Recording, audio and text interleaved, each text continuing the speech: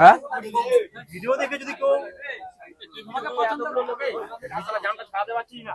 বারবার মারা আমাদের হাঁকতে হচ্ছে। এই তোমরা সব কি করছো? চলো লাভো, সব রাস্তা ক্লিয়ার করো।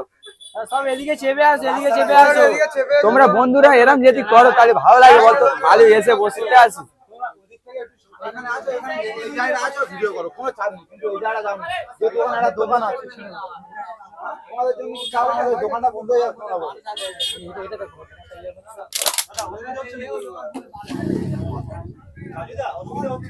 অসুবিধা হচ্ছে